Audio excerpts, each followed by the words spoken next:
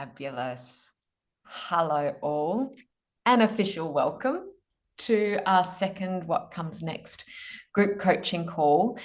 I have to say, this is, I can't say it's my favorite. I really love this call because I talked last week about being the plumber that clears the shit. It's like I get to get my plunger today. And you get to unearth some of the dust and the debris that might have been in the basement for a while, or it's been right plain in front of your face and you've just been hitting your head against it. You're wanting to go the other side, but you just keep going, oh my God, this bloody blocker. We get to clear some of that today. And if we don't, I don't want to overpromise, because a lot of blockers we have held for many, many years. Would you agree with me? Like, just give me a nod if it's like, oh my God, this again. Like, this has been happening for me for sometimes decades.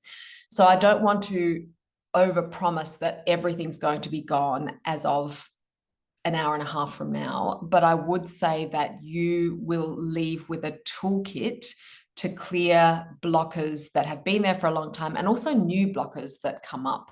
And it's a sort of toolkit where I'm still refining. So I use these tools regularly. A couple of them I use every single morning before I start work to clear the blockers in the way of the day before I start the day. And they're incredibly helpful for me. It leaves me feeling really bright and clean. And I find that I'm still refining them, even though I've been using them, one of them for 7 years, another for about 2.5. So I am so confident because I have taught these tools. I have tried these tools. I still use these tools, that they are great tools. And it's the sort of thing that you will practice at and get more confident at and feel completely clunky and stupid at in the beginning. But that's okay. That's part of the process. So before I talk about how we're going to structure the session, let's just hear from each of you a word or two to describe how you're feeling now and how you're feeling in general. You know how sometimes you can be feeling quite bright and light and fabulous in general, but you're just in a really shitty, grumpy mood because, one of your kids was an asshole before school. It would be great for me to know. And Joanna, hello, welcome, my dear. I'm just going around asking how you're feeling now. So one word to describe how you're feeling now, and also another word to describe how you're feeling in general. If they happen to be the same word, that's fine. Nikki, my energy is being drawn to you, so you're going to kick us off. Okay. Hi, everyone. I think mojo is my word, and I really feel like I'm getting my mojo back. And that's sort of a last 2 weeks. So it's exciting. That's incredibly exciting. Thanks for sharing, Nikki. And that goes for now and in general, sounds like. Yeah. Beautiful. Marnie.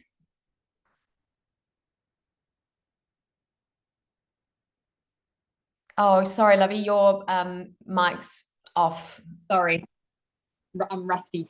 How I'm feeling in general, I would say, is lack of vitality.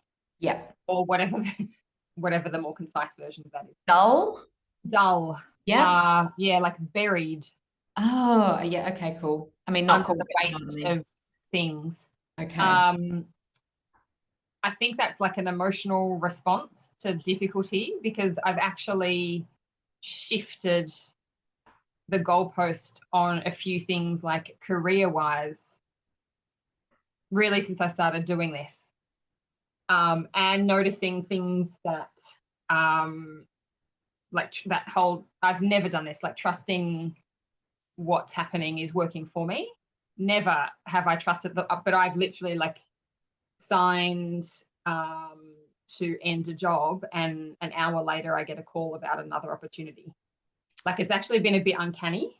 Yeah. And things actually working for me, and me finally actually noticing them. Marnie, that is amazing. What you are unlocking, I feel like the veil between the real world and the world where miracles just get handed to us, it's really thin. And you've unlocked that, which is amazing. For the people on the call who they really want that, but they're a bit scared to lean into, do you know what, I'm just going to trust. Are you able to share with us what helped make that switch? Oh, me? Yeah. So I think I actually started listening to your stuff before this course. And actually it was like you gave it to me. It was an episode that you had done. I think it was with a business guy. I can't remember his name. Oh, Daniel. Maybe. Franco. What's Yeah. the podcast? Creating Synergy? Yes. Yeah. I actually listened to that on repeat whilst in nature, sitting down and taking notes, answering the questions as I went. So I sort of tried to start a little bit of your work before this started. And also just life actually doing it for me. And actually for the first time, instead of gripping hold, even though I actually tried to on a few occasions, as soon as I sort of tried to just trust that and sort of just go with that flow, because not going with the flow and gripping on was actually exhausting. Yes. It was sort of choosing the ease in the moment and then noticing that it was actually working for me. Yeah. So choosing it, and then you get, I keep having the phrase, the proof is in the pudding, and you don't quite believe it until the pudding rises. And then you're like, holy shit. And that's like, I'm literally looking at a different pudding in one area of my life. So work, career wise, I'm actually looking at a completely different pudding to what I was in January. Amazing. That's amazing. Thanks so much for sharing, Marnie. Beautiful. I'm just taking notes here. Great. Michelle.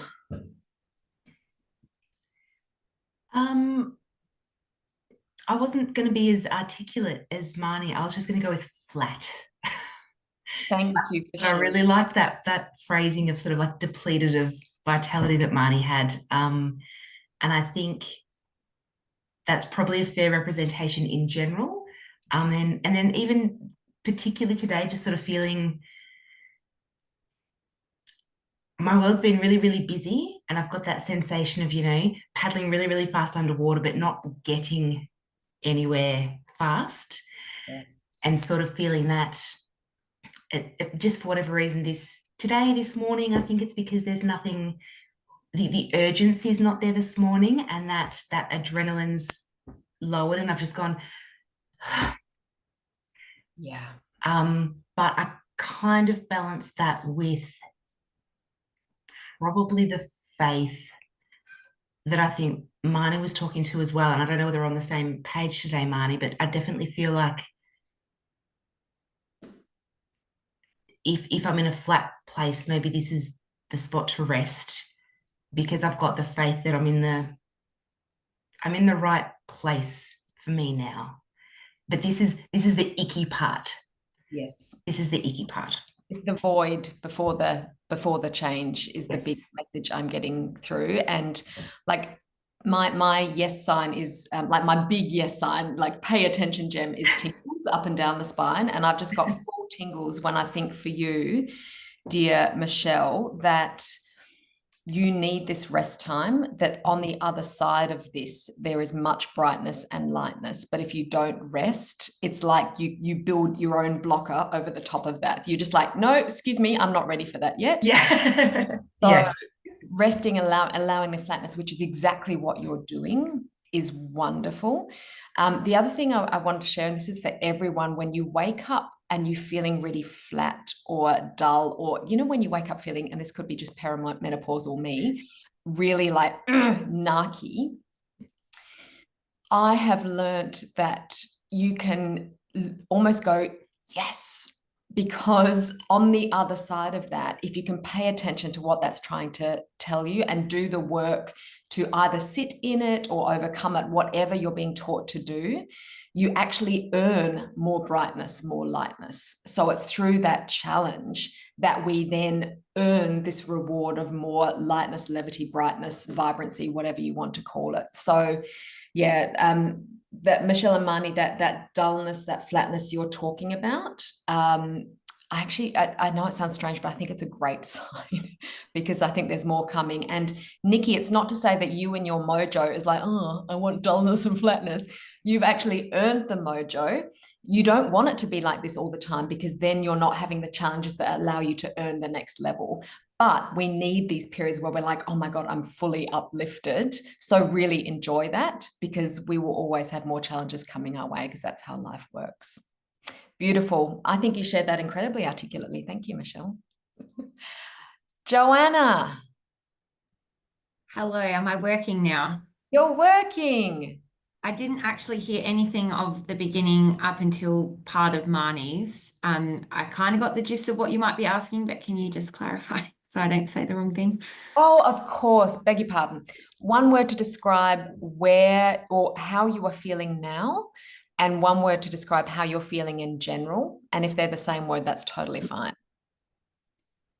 I'm not a woman of one words. That's really difficult for me. Of course. Sorry, I'm married to someone who's like, what are you asking me? Like, how can No, I that's okay. Overwhelmed, Yep. exhausted, Yep. flat as well, I'd say. Thank you for sharing, Joanna. Let's check in and see how you're feeling at the end of this, because yeah, I have faith that some of that will shift. Oh, do you know what? I know the blockers we're going to shed over the course of the call. I'm tempted to dive in, but I think we're going to dive in through the blockers with your permission. Yeah, okay. I'm a bit overwhelmed also because of that blocker task, to be honest, because I felt quite exposed, and even I don't know if other people feel like this, but I think even just coming on the call and like I felt semi-comfortable sharing those things in an email with you, even though I kind of didn't. And then the thought of having to with people that I don't know, and then even having it recorded and feeling like, do I try? I'm very like lacking in trust, and just feeling safe that that won't get shared or anything like that. So it almost makes me want to not share. Yeah, I totally thank you so much for sharing those vulnerabilities with us. I actually left you a message on Instagram that you can listen to later. Because yes, I totally get that feeling of being exposed and vulnerable. Funnily enough, the channel today is partly about that, and we are going to get to that. I would say, just to reiterate, that what's said in Vegas by Joanna stays in Vegas. So the only people who have access to this are the participants on the program. It is not posted anywhere. It's just our safe little circle.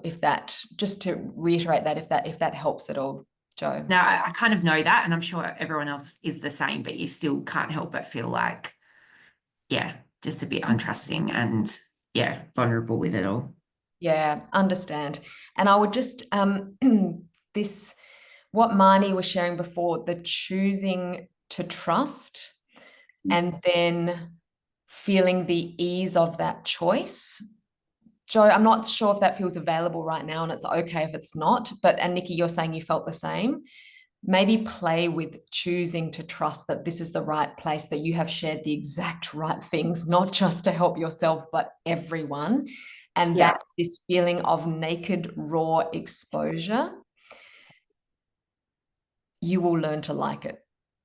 Sounds sorry, Jem, I just have to move rooms quickly because I'm trying to do this at work, so bear with me. Of course, that's fine, love. All right, and Marnie, do you know what? There's some interference. Joe's had to move rooms. Marnie's had to get a courier, which actually means I think we're about to reach a level of brightness, because the energetic interference is like, no. So let us very relatively briefly hop into a centered space. If you can, both feet on the floor. Deep breath in. Let it all out. Uncross your arms, relax your shoulders. Just give your shoulders a little bit of some kind of movement, whether it's shrugging them, rolling them, shimmying them, I don't mind. Let them feel really heavy and relaxed. And notice where in your body and or brain you're feeling a bit manic, a bit rushed, a bit stressed, a bit tight. And consciously tell that part of your body or brain, it's all right to slow down. Even just for the next hour and a bit, it's safe to slow down.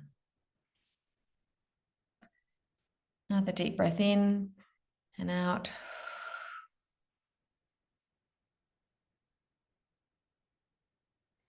And move your attention from the tighter places in your body or brain into your heart center now, that beautiful chest cavity of yours. You're going to feel the space in there. See if you can bring a sense of buzziness or peace or joy, or just even 20% more lightness and brightness to that part of you. If you like, you can imagine a golden ball of light that's swirling, turning, growing, pulsating.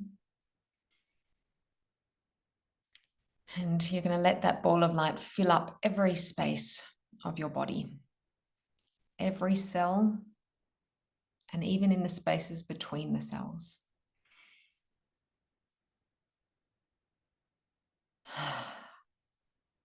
When you're ready, that ball of golden light can go back to its normal size, however that feels right to you. And you're going to open your eyes with a soft gaze, so nice blurry vision when you're ready.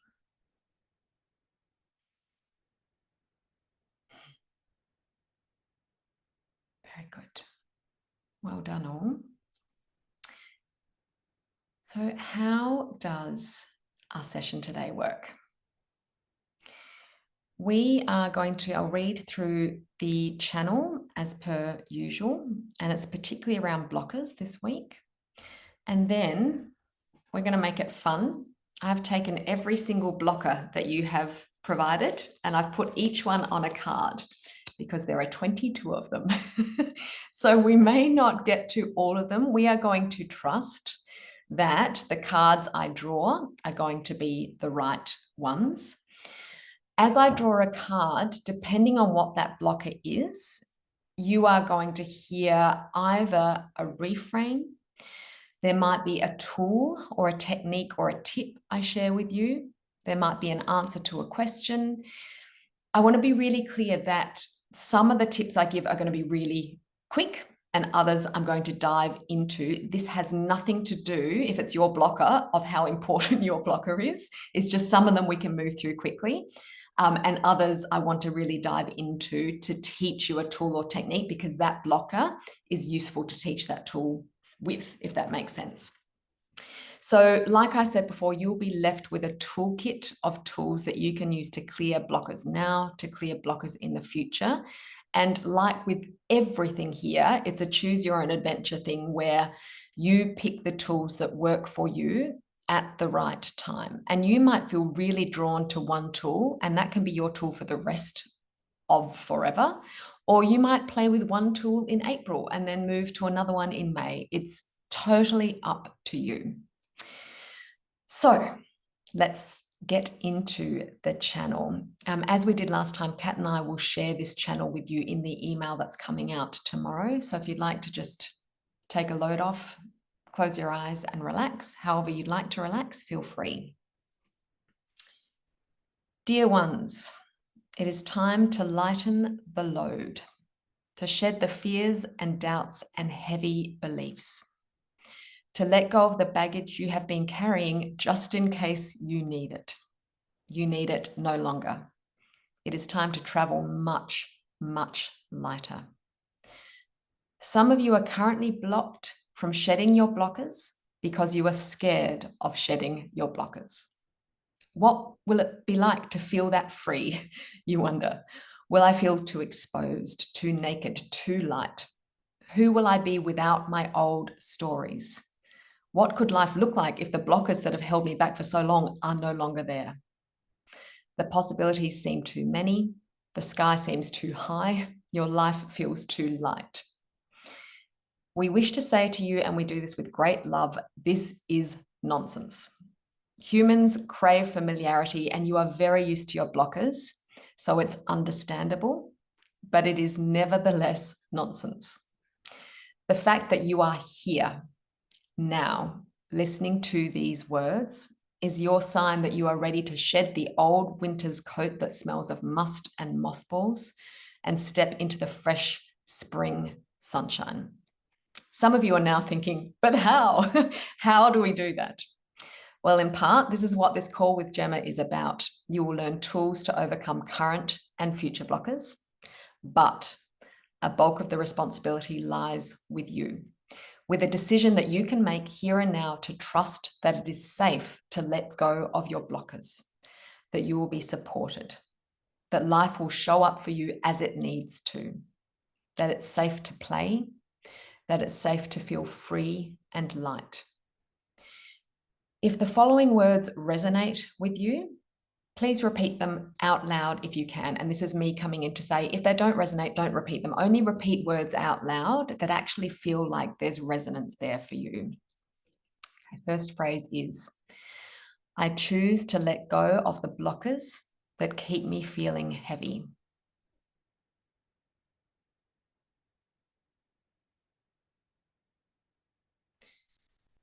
Next phrase, I choose to feel light and free.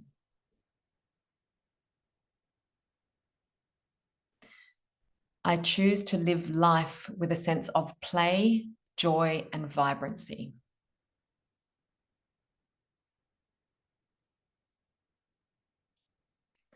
I am ready to do so.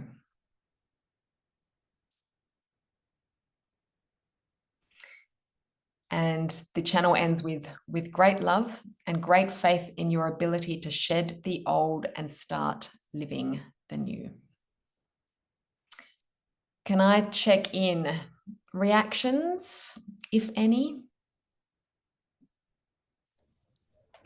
I felt that was really emotional. I had a bit of a tear. Yeah.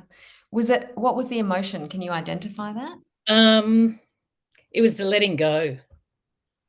Was it a sense of relief, Nikki? Yep. Yeah. And understanding. Yeah. Yeah. Thank you for sharing that with us. Anyone else want to share how that hit them? Sorry, I'm playing with my audio.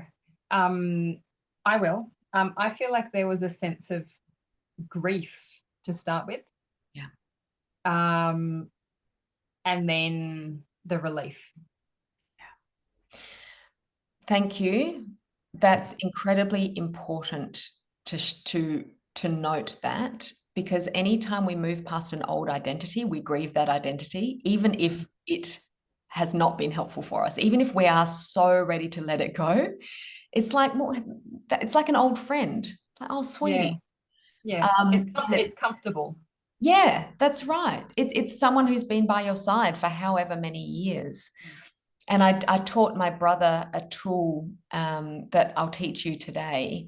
And his first reaction was tears, because there was that grief and then full lightness. So I think it's actually important to, thank you for pointing it out, to honor the fact that sometimes before the relief, there's grief. And sometimes we judge that and go, oh, this is wrong.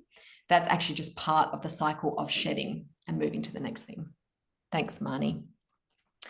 All right, shall we, I've called this section in my notes, clear some fucking blockers. Are we ready to clear some fucking blockers?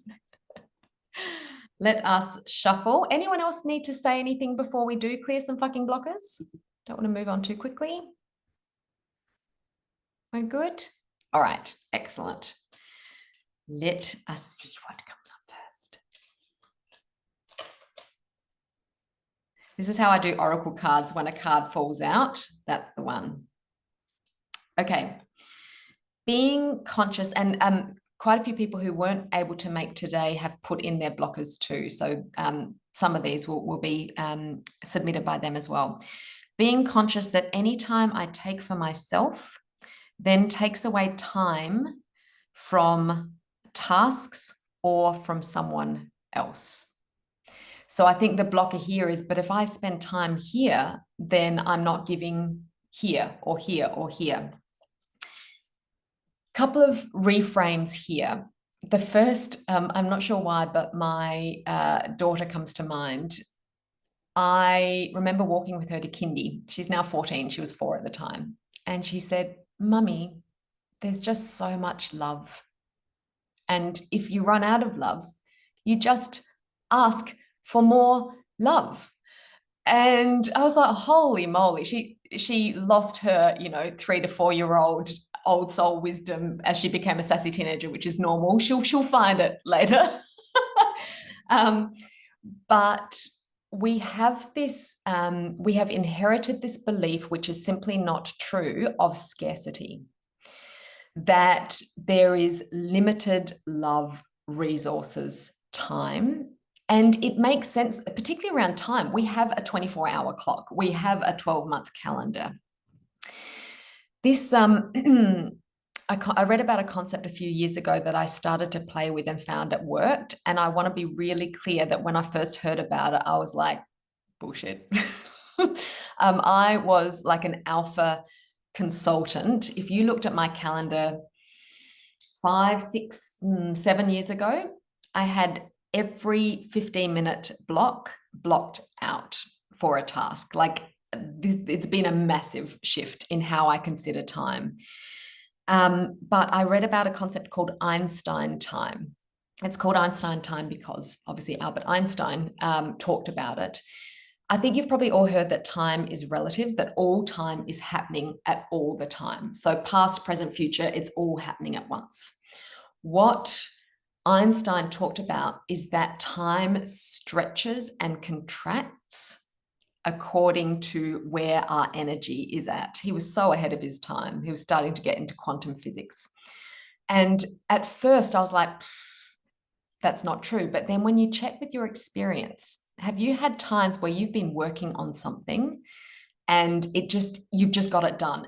You thought it would take this long, but it just comes out of you. Or you've been working on something and you've been so in it that 5 hours passes. Time stretches. It's got this elastic quality that we forget about. Now, to the person that's saying they're being blocked because whenever they go to invest time in something, they're always conscious of the other things they could be doing. What I have learned about Einstein time is when you play with the belief that when you do the thing, that your decision-making tool, whether it's this, whether it's your body, whether it's for those who put in their human design authority, when you trust, for me, it's my gut. When you trust that, that the next right step, and you take that next right step with full certainty, there is enough time to do that thing and enough time to do all the right things you are meant to do. So I used to write a major list, and now I've gone from the 15-minute blocks to actually, yes, I've got a sense of what I need to do, but I ask myself, what's the next right thing? And whatever I am lit up to do, I do that thing. It is amazing that I will have time to do the big things. And then I'll also remember to do the kids, the FADMIN, the family admin. Some people call it the fucking admin. I'll have all the time I need if I am fully present and if I make the right choices to do the right steps at the right time. It's an abstract concept. I'm really aware of that. So what I would suggest you do for the person who had this blocker is take one day as a play day to just do what your body feels lit up to do and see how time feels to you then. Can I just check in any questions on that concept or comments before we move on to the next blocker?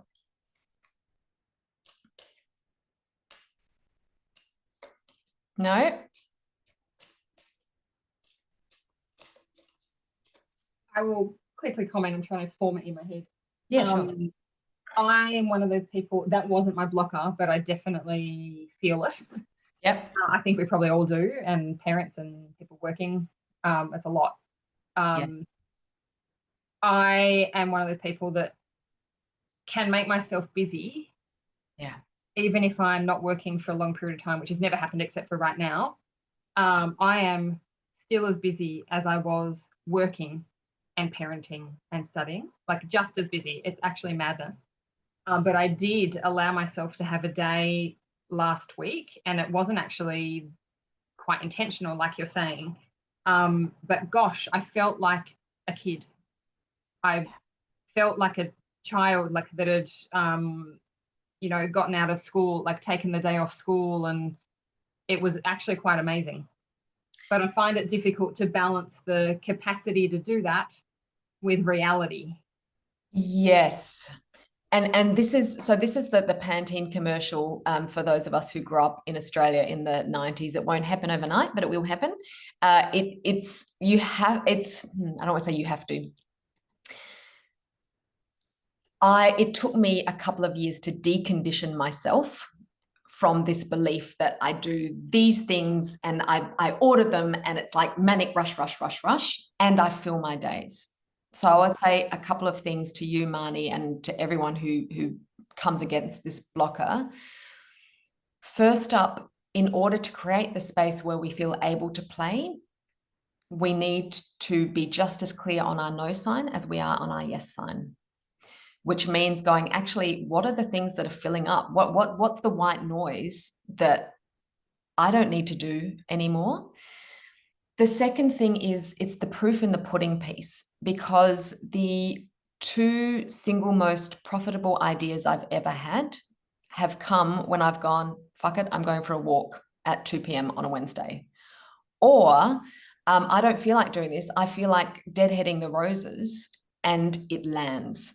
So we are more productive. It's the go slow to go fast. We are so much more productive when we're not pushing ourselves. And it's like we're hopping into this river and going with the river where it's wanting to take us. It doesn't mean we don't, because I know for me, sometimes yesterday afternoon, I worked nonstop and I bloody loved it. It felt awesome, but that was what was in flow for me. Just checking, Marnie, how does that feel? Yeah, it makes sense. I love the go slow. What did you say? Go slow to go fast. Go slow to go fast. But do you also think that is it also linked to a season of parenting? Yeah, bless you. Thank you for mentioning it. This was harder for me to do when my kids were toddlers, for sure. There is a time, and I look at one of my brothers now who's got little kids, and it's crazy. It's manic. It's so. It's almost like we've got seasons rippling through everything. There is a season of a day that you feel into, but there's also a season of life, and actually going, this period of life is going to feel a bit more like the river is not gentle and meandering. It's like, holy shit, hold on. Yeah. And actually surrendering to that feels joyful, more joyful than resisting it. Yeah. Okay. Hi, Catherine. Catherine, welcome. We are shedding blockers I'm reading out people's blockers. I've put them on cards. We have 22. We've done one. So I'm going to keep going if that's all right, but welcome. I didn't think I was going to make it, so my webinar finished early, so that's awesome. Thanks. I'm so pleased you're here. Excellent. All right, let's look at our next blocker. Okay. Waiting to get caught out when people realize I'm not that knowledgeable. So this person, they're saying their blocker is waiting to get caught out when people realize I'm not that knowledgeable. Okay, I've got a couple of notes here. Have you ever been to someone's keynote or program and they get asked a question and you watch them kind of start flailing because they've got this pressure they put under themselves to come up with the answer, and you know they're bullshitting and it feels really uncomfortable, versus going to a keynote or program and someone's asked a question, they're like, I've got no idea. When they say, I've got no idea, does a part of you just go, oh. It's like, firstly, it's relief that you don't have to know everything. Secondly, you trust this person because they're telling you the truth. And I've got a mantra. So one of the tools I want to give you is using mantras. We started to talk about this last week, but coming up with mantras that turn your belief, so this blocker that you've had sometimes for years, find its exact opposite. and then repeat that as you walk or swim or knit or do some kind of repetitive activity. The mantra for this person is, I am not Google. It's safe to not know everything. Even if you just want to say it's safe to not know everything, because it is. We are not Google. Hope that's helpful. Next blocker. I don't deserve great things to happen to me. This is a big one.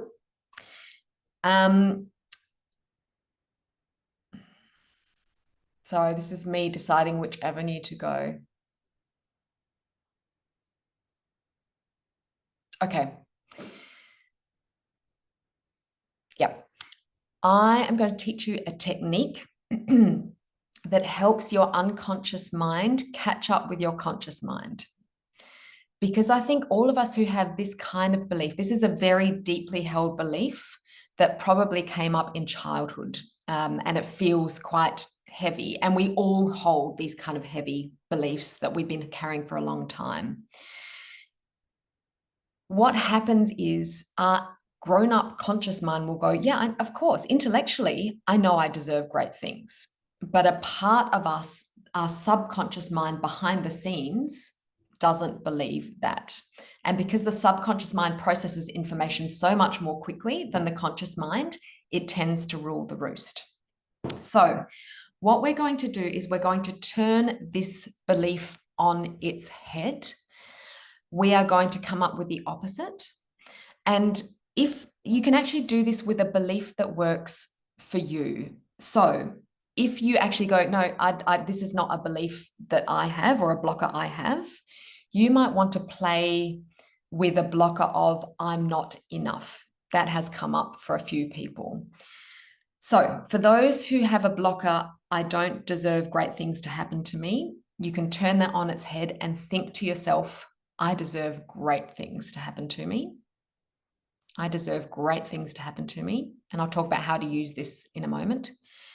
For those that have a belief or a blocker of I'm not enough, you can do, and you can come up with your own words, but it could be something like, I am enough just as I am. And that could be good enough, smart enough. I will let you make the tweaks you need to. You'll know it's a good one because it's like, oh, that would be such a relief. If I believe that, that would be such a relief. Okay, here's what we are going to do. You are going to cross your legs, cross your feet, not your legs. So I can't show you my feet, but they're sort of doing that. So ankles across ankles. And you're going to cross, it doesn't really matter what way, you can choose. You're going to cross your wrists over each other. You're going to grasp your hands together. So cross wrists, grasp hands, and bring them up. In doing this, we are starting to fuse the right and left brains together, making us whole-brained and letting our subconscious catch up with our conscious mind. So what we do now is we close our eyes and you can repeat that new belief to yourself, that new mantra, whatever you want to call it, very quietly. So you could be repeating in your head very quietly, I am good enough just as I am, or I am enough just as I am, or I deserve great things to happen to me. You're going to repeat that until you feel a sense of lightness in your body. When you feel a sense of lightness in your body, uncross your feet and bring your fingertips together and look at your fingertips. If that doesn't make sense yet, just open your eyes and I will give you the next step in a tick. So repeat until you feel a sense of relief or lightness in your body.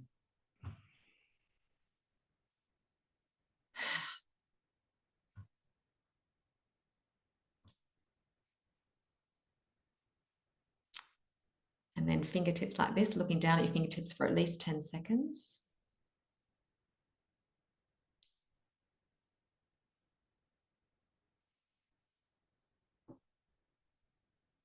And that's it. So it's so simple. Just to reiterate, so we'll do this with another blocker later to get some more practice, but it's cross your ankles, cross your wrists, hands up, hands out, close your eyes, repeat the belief until your body, and you might have noticed if you're watching me, I gave a jolt. My body is very expressive of when the work is done, but you might just feel an opening, a sense of freedom. Then when you get that sense, feet flat on the ground, fingertips together, look at your fingertips for 10 seconds, and then the work is done. Checking in, did anyone feel a sense of relief as they did that? Catherine, you're nodding. What happened to you, Lovey? Definitely just even all the tightness in my shoulders just relaxed, and yeah, just seemed clear in my head. And I love this tool. There are two tools. I've mentioned at the start of the call, Catherine, that there are two tools I use every morning. This is one of them. So I'll search for the blockers that are in my way, and I will pick at least one every morning just to clear it, because it's like 30 years of therapy in 30 seconds. It's brilliant. I love it. All right. Any questions before I go on to the next blocker? If it didn't work for you, we will have another practice round with another blocker later. No? We're good? All right, let us keep going. Always being the fixer, support, parent for others, including my parents. A belief that I need to do it all myself. Okay. On the back of this card, I've written a whole lot of notes, so let me just see where I want to go. I actually want to call back to what Bridget said last coaching call, that you don't have to be Switzerland. You do not have to be all things for all people. And going back to the channel, we talked about lightening the load, lightening your luggage. I want to be really clear here, and this can be something you repeat to yourself. So anything you go, oh, that feels good and light and wonderful, you can use as a mantra going forward. You do not have to pick up other people's baggage. It's actually none of your business. So it doesn't mean you don't participate in their lives, you're not there for them, but there's a difference between going, do you want to talk about it, and being there for them like this, as opposed to give me all of your dirty laundry, let me do it for you, let me hold it, let me take it on as mine. I would say for anyone who feels like they take on other people's stuff, they're always supporting, always fixing, sometimes there's actually an energetic boundary issue going on, as in you've got leaky energy boundaries.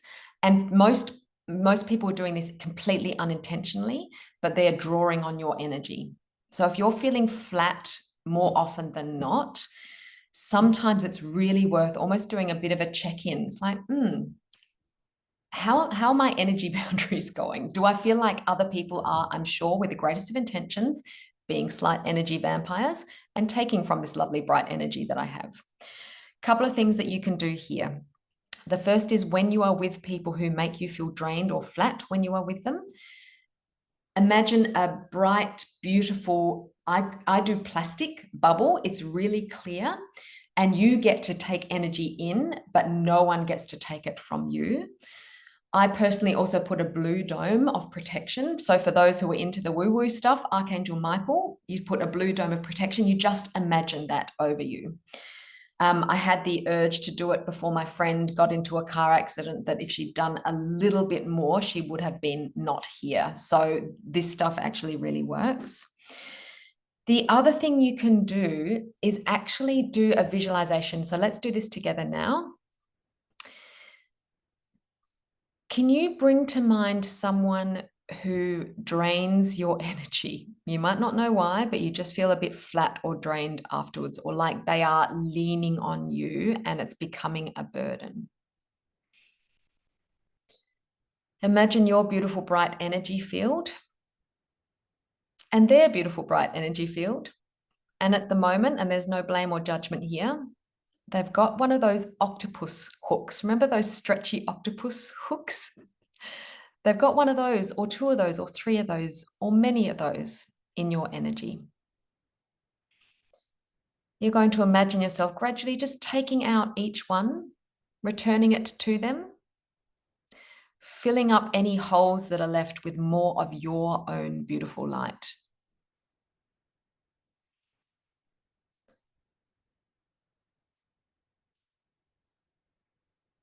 Some of them might be in your lower back. Just have a think about where they are, your throat. Some of you've got them in your shoulders.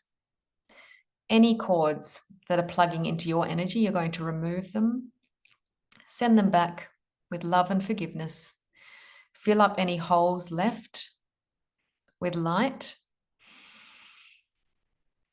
And then you're going to say, just in your head, you have no permission to access my energy.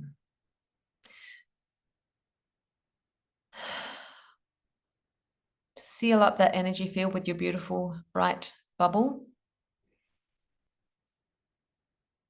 Fill yourself up with light again.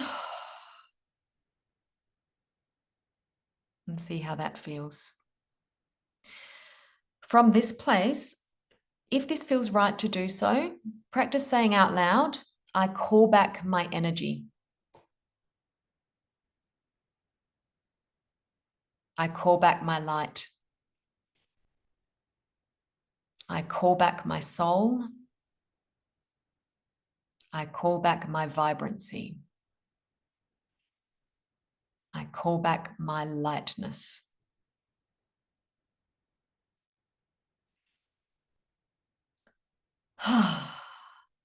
Open your eyes when you're ready. So that's another thing I'll do quite regularly if I feel someone's plugged in, and I'll even after a keynote, and it is a human thing to do.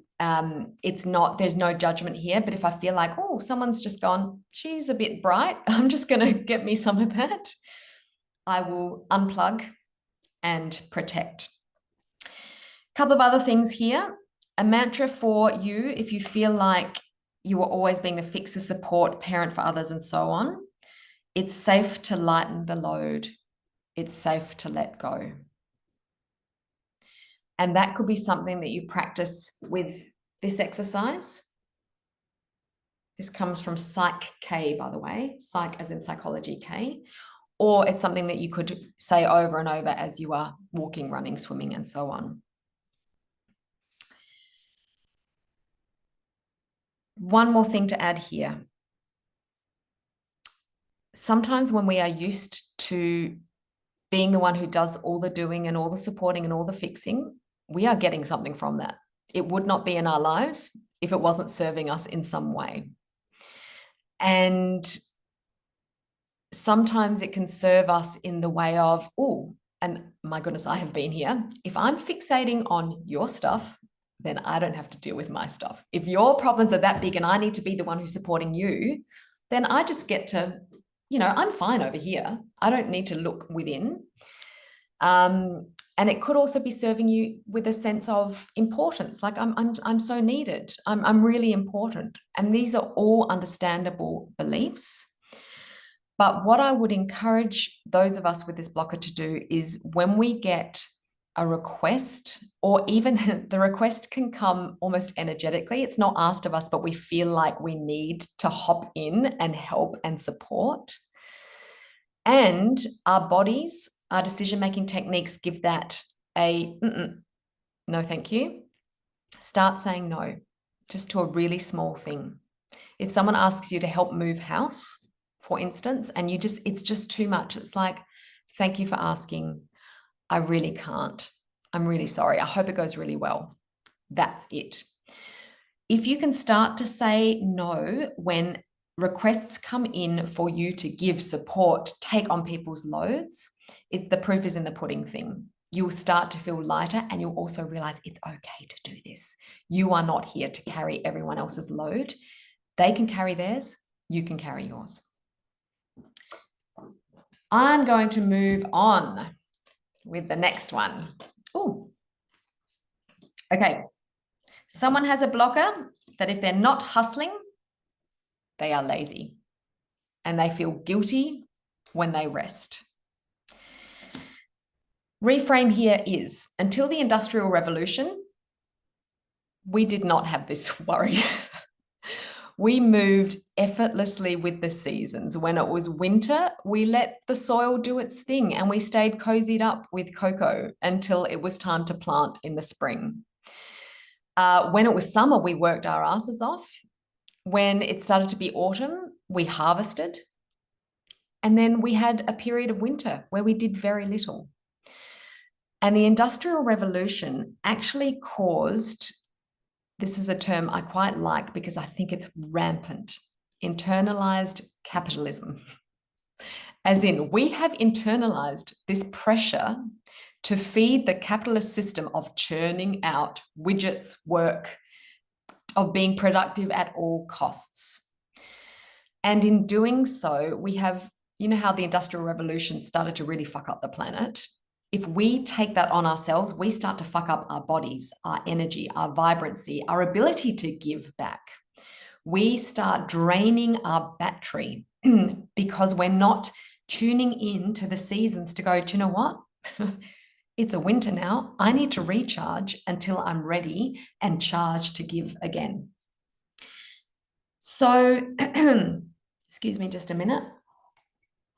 I had choir rehearsal last night. We're doing this massive piece of work that I love so much that I'm like, rah, these top A's. So I'm starting to lose my voice. Hang on a minute, more chai. Sometimes simply the reframe of, I am not a machine. I'm not here to plug in and push on all the time. When I plug in, that's resting. Resting is my plug in so I can be more productive, so I can give more. So you can play with the idea of, I am resting to recharge so I can give more. That actually really helps me. It's like, resting is a productive thing for me. The other thing I wanted to teach you is 4 questions from Byron Katie. And they go like this. So for those of us who have this blocker of, if I don't hustle, I'm lazy. And if I rest, I should feel guilty. So you can pick one or either of those. First question is it true? So let's take this first one. If I'm not hustling, I'm lazy. Oh, sorry, Michelle has joined us again. Hi, Michelle. Would someone who has this particular blocker like to work with me on these questions so we can actually do it live? Yep, these are mine, Jem. Awesome. Thank you, Catherine. I knew they were yours, but I wasn't going to ask you. Just in case you wanted to fly. Pretend to be someone else. Yeah, that's right. Not me. I'm totally fine with this. Okay, so Catherine, do you resonate what's the most ouchy belief here? If I'm not hustling, I'm lazy, or if I'm resting, I should feel guilty? What's the one that goes, Ugh? Yeah, probably that one, the guilty resting. Yeah. Okay. Yeah. So if I'm not resting, I should feel guilty. Is that true? No. Great. Excellent. So that means we can skip question 2. So question 1 is that true? If someone says yes, or if you say yes, the second question is, can you absolutely know that that's true? But we get to skip to question 3, which is, how do you react? What happens when you believe that thought? I don't rest, or I ruin my rest because I'm feeling guilty instead of resting. Yeah. Okay. Who would you be without that thought? So if that thought was literally almost surgically removed from your brain, you could never think it. Who would you be without that thought? A much calmer, rested person, I think. And then what would that allow? Heaps of stuff, creativity, probably better relationship, everything. Yeah. Let's take that thought. If I'm resting, I should feel guilty. and turn it on its head. What's the exact opposite of that thought? If I'm resting, what's the opposite of guilty? Well, yeah, I shouldn't feel guilty, but it's more than that. It's sort of almost feeling worthy, or yes. Yeah. If I'm resting, I should feel worthy. Or I should feel, is it I should feel excited? I don't it's more than, it's a positive, isn't it? It's not just a negative, like the opposite of a negative. Yeah, I should feel it's excited. It's more than just contentment. It's something like joyful, maybe. Yeah. If I'm resting, I should feel joyful. Is that exact opposite thought? Yeah. As true or more true than the original? I think it is. Yeah. So these questions, and I'll read them out again so you can write them down. I'm not saying, Catherine, that from now on you're going to be like, I'm solved, it's all good. But when we can really dive into this blocker or belief that's held us back for so long and realize the impact it has on us, who we'd be without it, and then especially realize that the exact opposite of that thought is more true. So why would we choose to believe this other thought? Yeah, absolutely. And then that can actually be, so as you are resting, it's like, oh, I'm resting. I should feel joyful. I'm resting. This is joyful. You can actually then play with that and anchor it in. Yeah, awesome. Thank you. Pleasure. Any questions? Any, how does that feel to you? It feels like a weight lifted off my shoulders for sure. Awesome. Wonderful. So questions are, this is Byron Katie's 4 questions. Question 1, is it true? Question 2, can you absolutely know if it's true? And you only need to do this if you answered no, I beg your pardon, yes to question 1. If not, you can skip to question 3. How do you react? In other words, what happens when you believe that thought? How do you react / what happens when you believe that thought? Question 4, who would you be without that thought? And sometimes I'll say something like, if that thought was surgically removed from your brain, you could not think that thought, who would you be? Because some people just, you ask that question, they go completely blank. Then the important part is you turn it around. So you take that thought, you turn it into its opposite, and see how Catherine and I worked until it felt like the right one. Because there are lots of permutations that you can use. It could be, if I'm resting, I shouldn't feel guilty. It could be like that, but she went, no, it's more than that. So wait till you've got one that's like, nope, that's it. And then you go, is that thought as true or more true?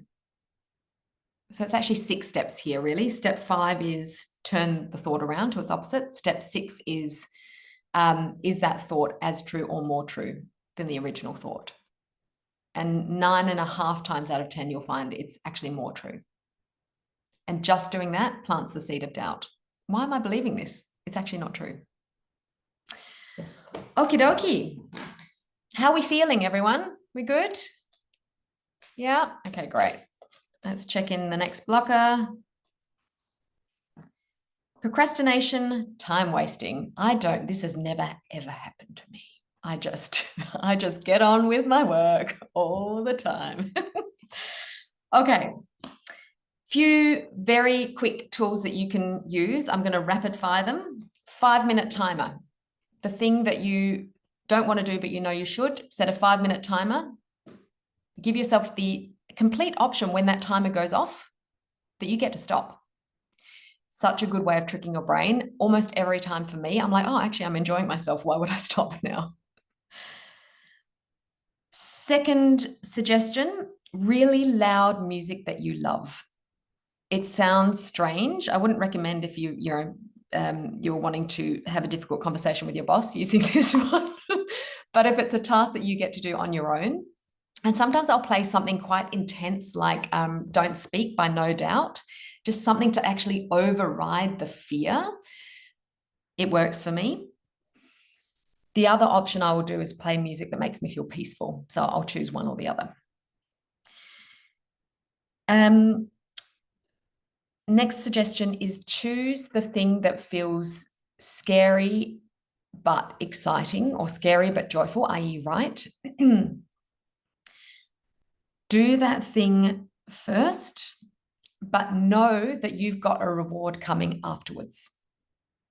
So even if that's a coffee or going out and smelling some roses, whatever it is, set yourself a reward. And here's the other thing. This is something I've learned recently, and again, it works. It's a little more esoteric. If time is all relative, then the scary thing that you've got in front of you has already been done. A most beautiful, successful version of whatever it is already out there. So I will actually almost say to the universe or source or whatever you want to call it, God, you pick your word. I will say, I know this is done. Help me be a channel for this work. Because then it's not like I'm having to do all the work. I'm literally just being a channel for things that are going through me.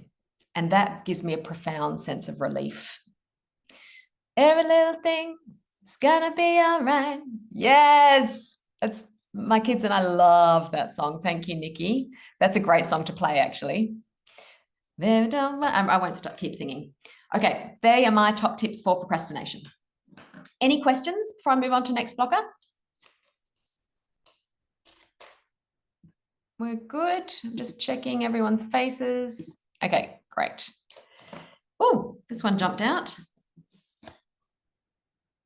Okay, I've never had good training or someone backing me.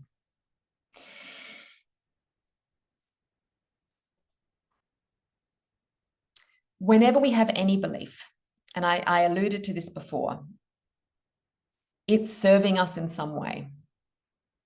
If it wasn't serving us in some way, it wouldn't be here. It wouldn't be a belief of ours. So there is an exercise I do to transform negative beliefs. And it's another series of questions, but I do it in a little worksheet. So I will, if I go, oh my gosh, that's a negative thought or a belief or a blocker, I'll write down that blocker. I'll give it a name. So it could be, no one has backed me. No one backs me. I will then ask the question, what do I do when I think that thought? Next question is, how does that thought serve me? And I think we've all had situations where we are scared to fulfill our potential.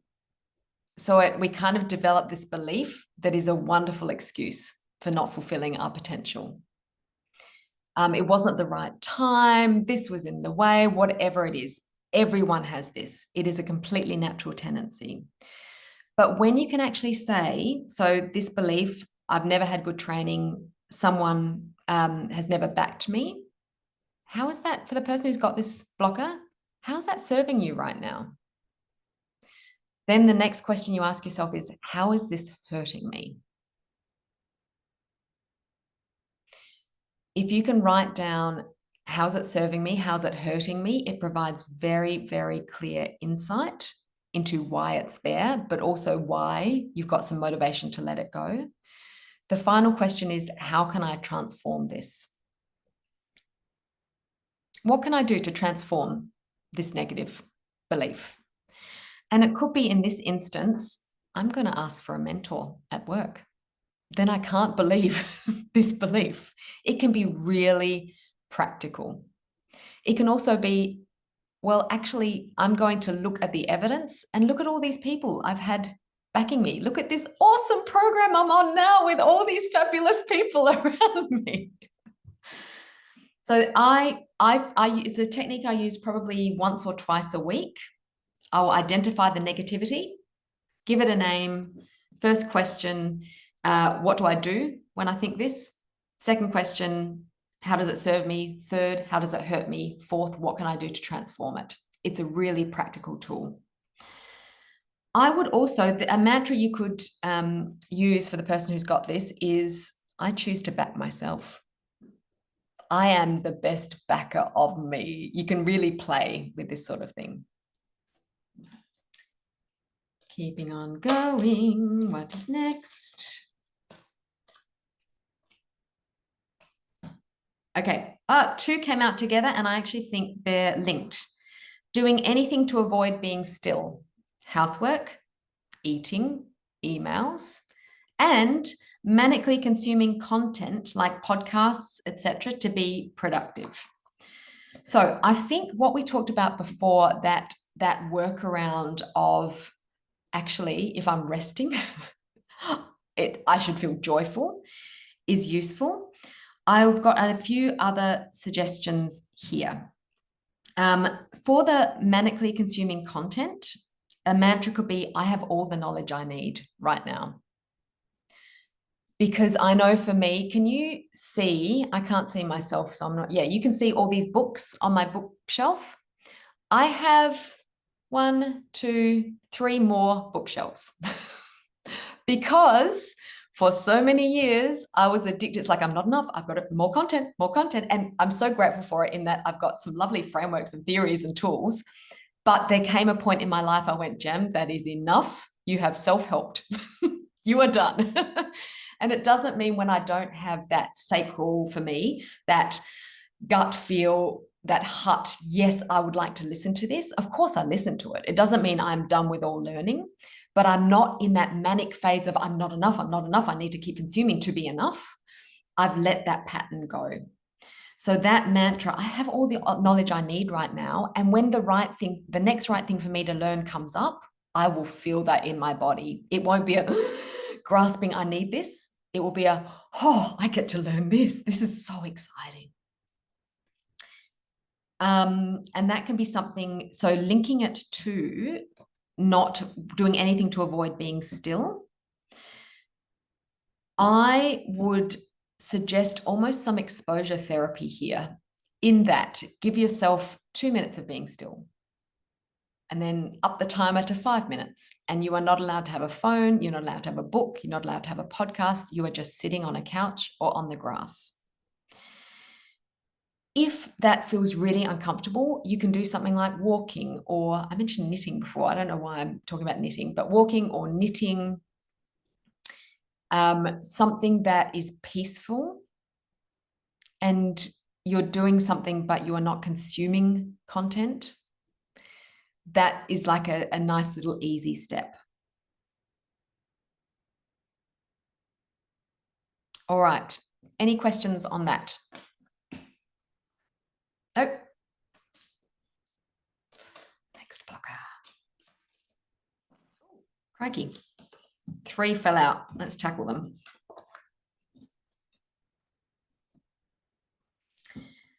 Right. Someone was given the message as a youngster, don't be a princess, toughen up. I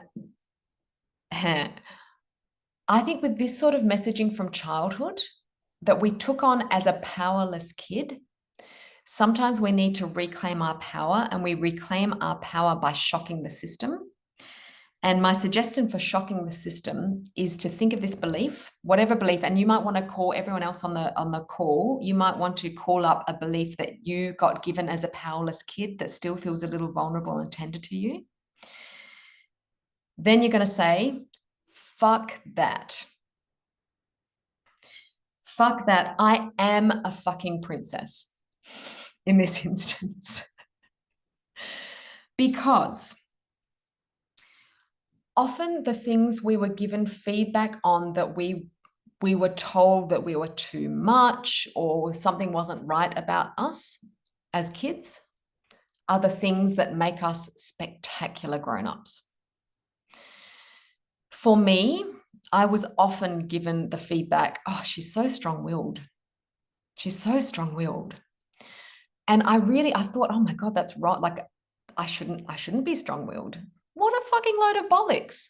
Like, I want my kids to be strong-willed. That strong will has made me really clear on what I'm here to do.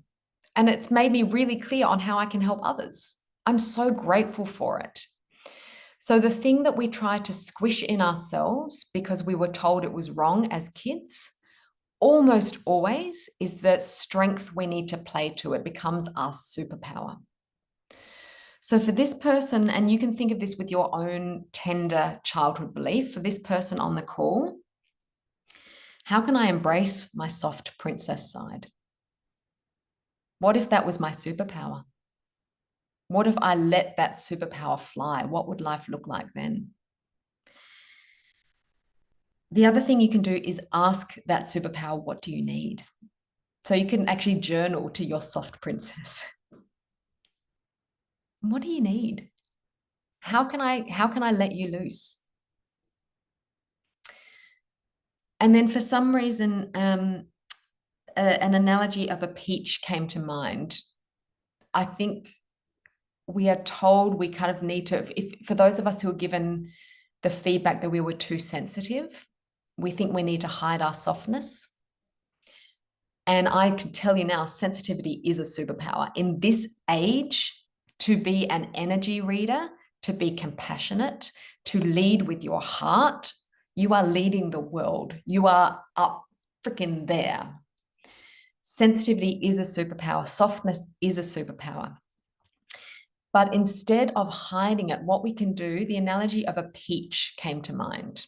Soft and juicy on the outside, knowing that within you there is a hard, like not hard, there is a steel strong core that will stay there, even with your softness. So you don't need to turn into melted butter. You can be soft, but know you've got that power right within you. That's heart power.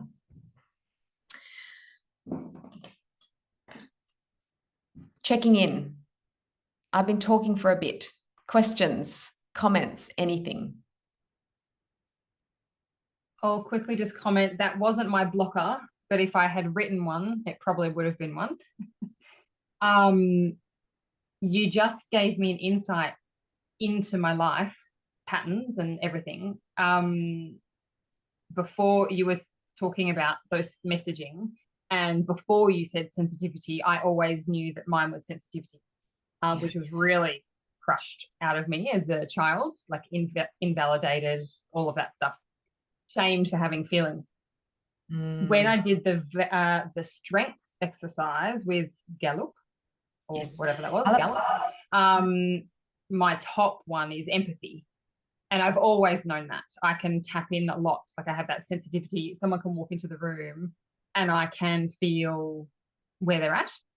And when I was talking before at the start of the session about making changes to career stuff, I've just jumped out of project management, which was killing me. Yep. And I've been studying a master's in social work. So I can now flex the sensitivity and the empathy, and just what you said then is actually where it's taken me 42 years, but I'm getting there. How wonderful. Shivers left, right, and center. That is. Thank you to whoever wrote that blocker. And isn't it amazing how, we have this fear, Jo, you were talking before about, did I feel exposed, and thank goodness for everyone who shared their blockers, because it unlocks things not just for us, but for other people. So it's such a generous act. Thank you, Marnie. I was just going to say, that was one of my blockers. And it was followed by commentary like, I've never had a day off in my life, and things like that all stemmed from my father. And I think when you look at how that translates into adult life, workaholic, works from home still when really sick, doesn't take leave when, HR's hassling me to take leave, scared to show emotion because, especially as a woman in, a construction industry, don't show emotion because you're already trying to fight for your right to be heard. So it definitely translates into adult behavior, and you don't often realize it until later. Yeah. Absolutely. And Joe, thank you for sharing that with us. I'm going to bring in another blocker of people pleasing now, because the tool I wanted to share with you on that, and I think I might have shared it with you before, so it's a reminder, it's to choose your 5 people. So for you, dear Joe, you can actually be really clear. My dad's not in my head anymore. He's not one of my 5 people. When you think, what will they think? It's almost always 5 people in your head. And Joe, it's a little reminder. And for everyone on the call, choose your 5 people. Have Oprah in your head. Have Marnie in your head. Have me in your head. I'll happily consume some space if you would like. But your dad, you can very kindly say, Dad, thank you for those lessons. I don't need them anymore. I lovingly let them go. You do not make the life choices that I make. Doesn't mean I don't love you, but it means I am on my path now.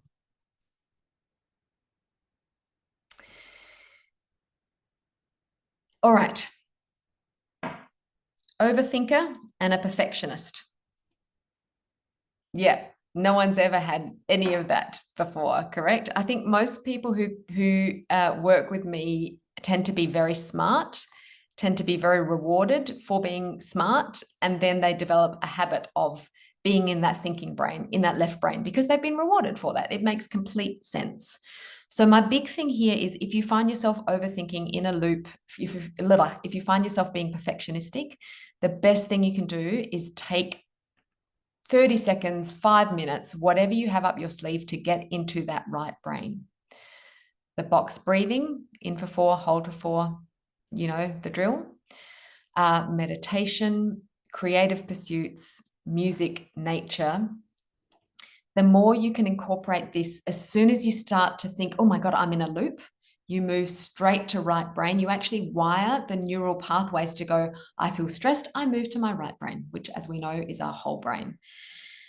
So that works. Another thing I think is really useful is doing morning pages, which is Julia Cameron's technique. You wake up in the morning and you just write 3 full pages of whatever is on your mind.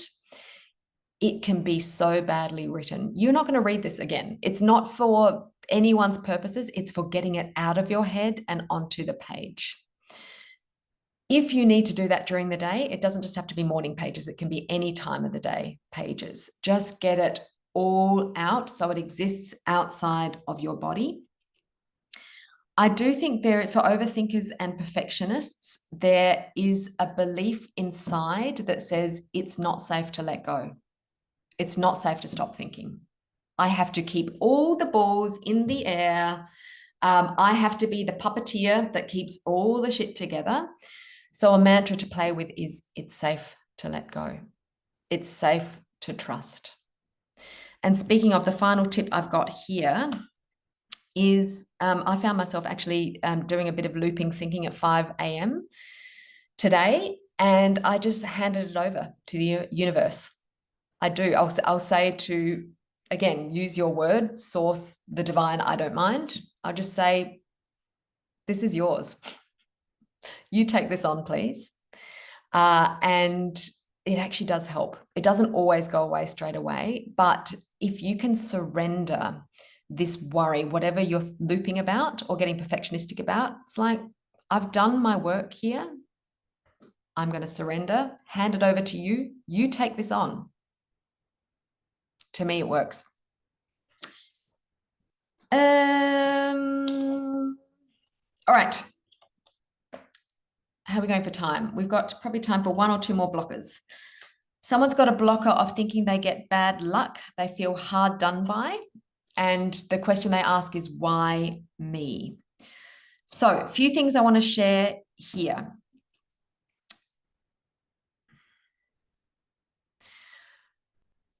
Our expectations combined with our emotions about those expectations, it's like a magnet to bring in things that match those emotions and expectations. So if we have the thought, I always have bad luck, or why me, or I feel I'm hard done by, And the emotion that we associate with that is a, you know, dull or heavy or whatever. The thought is putting out the signal, and the emotion is the magnet that brings it into our lives. So what we focus on, we get more of.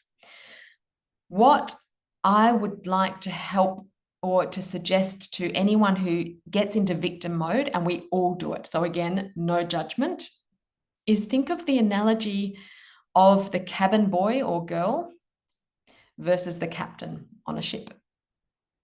And one of you said you're getting ship analogies. Oh, someone who can't make the call. They're getting little insights about ships all the time. Ask yourself, am I being the cabin girl right now? Or can I step into captain mode of this ship and steer it into sunshine? It's really, really easy to go, things are happening to me, but Marnie talked about before, things happening for you. Playing with the belief that even the crappy shit that comes your way, you can pause and go, oh, what a pleasure. This is awesome. This is happening for me, so I can transform, so I can earn this next level. The word pronoia, so paranoia versus pronoia. Paranoia, everything that's bad, that could go bad, will go bad. Pronoia, the world is conspiring to shower me with blessings. That is a mantra you might want to play with. The world is conspiring to shower me with blessings. And just like Marnie said at the start of the call, we choose the ease of that belief, even if we don't quite believe it. We fake it till we make it, correct, Marnie? Like, I'm just going to play with this. You weren't going, yeah, I feel this in every part of my body. No, it was limited, but yeah, there was a little crack. And that's all you need, that crack of light. What if this is true? And that's another question to ask.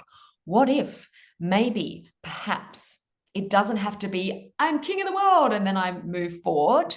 Little crack, maybe it's a possibility. I'm going to play with that. Let's just see. The other thing you can do is, actually, no, that's for another blocker. I will leave it there with that blocker. I think we've got time for one more, and then I'm going to check in with all of you. Okay, imposter syndrome. This is a biggie. I'm going to cover it really, really quickly for a biggie. A lot of you have learned from me before, so you would have heard of the lizard brain. I want to give a really quick refresher. The lizard brain exists to keep you safe and small and hidden. Anytime you're doing the opposite of it, it will freak out and feed you lies. Lies like, I'm not good enough. Lies like, I'm not smart enough, pretty enough, in shape enough, healthy enough, qualified enough, experienced enough, etc. I'm not worthy is another one. I'm not deserving. These 99% of the time, they are lies. And it is doing it because whenever you go, I'm ready to move to the next level, your lizard freaks the crap out and says whatever it needs to say to you to keep you from moving to that next level. So whenever you feel imposter syndrome come up, I'm going to set you some home play. If you haven't done it already with me, come up with a character for your lizard. It could be an animal or a human. And the way you ask, the way you come up with a character is ask yourself either or questions. So and often just trust your gut feel with this. If you go, oh, I think it's an animal, ask yourself, does it have fur or feathers or scales? Is it a boy or a girl or non-gendered? Does it have 2 feet? Does it have 4 feet? Is it dark colored? Is it bright colored? It's like, just go either or questions until you come up with a character for a little lizard that sits on your shoulder. Mine's a lizard, a frill-neck lizard. I've had mice, I've had German librarians, whatever occurs to you is fine. Whenever you feel imposter syndrome come up, these thoughts of I'm not enough, you turn to that character and you don't say, shut the fuck up. You say, sweetheart, I get it. I get why you're coming up. You're just doing your job. But I'm in charge here. I've heard you. You're okay, sweetie. We're going to move forward. Yeah, I'm scared. Of course I'm scared. But I'm going to trust that we're going to be okay. And also I know that most of the time you are feeding me crappy lies. Again, your job, no judgment, and move forward. That character, keep playing with it. Again, it can take a while and it can feel clunky. but my goodness, it works. The other thing I would really love you to practice as home play is trying on the a technique I haven't shared with you yet, but I'm going to send you a link for a beautiful man who feels like my uncle. I've never met him, but I've been working closely with him for 12 years on YouTube. His name is Brad Yates, and he does EFT, Emotional Freedom Technique. I'm sure some of you have heard it before, tapping the acupressure points as you say things. This is another thing I do almost every day. I pick a Brad video that I think is going to help me. For those of you who, one of you shared a belief that financial success is bad. He's got a gajillion videos on money, being a money magnet, thinking that money is okay. I will send you the link that's called Lightening the Load, and you tap along with him. Try it on for size. I find him intensely comforting. Just a really beautiful way to start the day. And to me, it's really worthy of time. It's like, instead of therapy in 30 seconds, it's like therapy in 5 minutes or so, but it's really lovely. All right, let us do a quick whip around. What's one thing you're going to try, or one thing that's really going to stick with you as a result of this call? Marnie, you're on my screen, so I'm going to go straight to you. Oh, I have so much. I literally learned, like every blocker that someone had, I really felt them all. I don't know if that says a lot about me. But I really got something from everyone. But I love that the childhood sensitivity thing, and just pondering that a bit more, because I feel like I'm finally getting there with that. Like, it's actually, that would have always led me to where I'm meant to go and to spend my time. And also the lizard brain.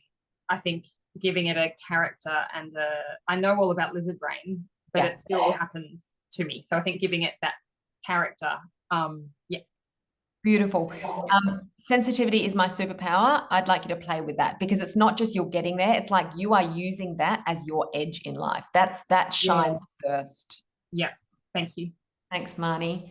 Who else would like to share? Nikki. Yeah, all of them resonated with me, so that was great. And it was great that everyone shared them. But I think the idea that every belief is serving you in some way. And so it's reframing how you look at even these negative beliefs. And so those questions were really good ones to ask. Beautiful. Thank you. Catherine, I'm looking at you. Something you want to share? I think just those Byron, Katie questions around lots of different limiting beliefs. I think just focusing on those over the next week or so. Beautiful. Michelle? Similar to everyone, so many great actions, and I don't want to forget them all. Probably two. One is just like a refresher, because I just forget to go back to what's known and what works. But I think it was referred to back in the day through one of the Inkling Speak Easies as like your board of directors at the table, which is how I think of the 5 people. And I think from the many, many years ago I did that, I think I need to update who's on the current board, and who I want to be listening to in my head at the moment. And the other one is, I think, a variation on the technique of like what's serving you. Is looking at these things as what has it taught you, and once you accept the teachings, you can let it go, because you've taken those on. So I think spending some time, I can just picture like cobwebs in my brain. Like I need to do a spring clean of my brain to freshen up. I love that. That's exactly how I feel when I stop using the techniques I've just taught you. Thank you, Michelle. That's great. Jo, are you still with us? I am. Do you feel like sharing?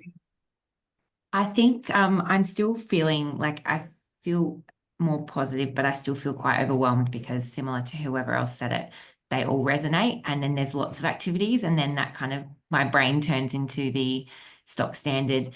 How am I going to fit them all in? How am I going to do them all? How am I going to fix myself? So I think the rest one is probably the one I'm going to focus on first, because I am someone that has every single minute of my calendar filled, color coded. You know, everything from an important task to a daily task is diarized. And I think trying to do that flow time that you suggested in the previous activities, just so that I have like even one night a week where I get home from work and I do whatever I want. And just maybe in that time, I think I'm at the point where I'm trying so hard to figure out what to do next that my brain is overloaded. So I think I need to stop thinking about it for a while. And give that rest time. Your intuition is spot on. Martha Beck talks about you play until you need to rest, and then you rest until you need to play. If you are not feeling playful, it's a sign that rest comes first, because then that's that refilling the battery. So Jo, your intuition is spot on. I also want to say that and I know you know this, I know everyone knows this, it's a reminder that you have got a raft of tools to use now. Don't be afraid to trust that when a blocker comes up for you, you go, what did Jem say? Or what did Marnie share? Or what was that blocker that Michelle was working on? And it will come to you.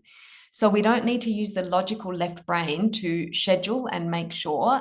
You could actually say out loud, hey, universe, remind me which tool to use at the right time. Put that out there as an intention.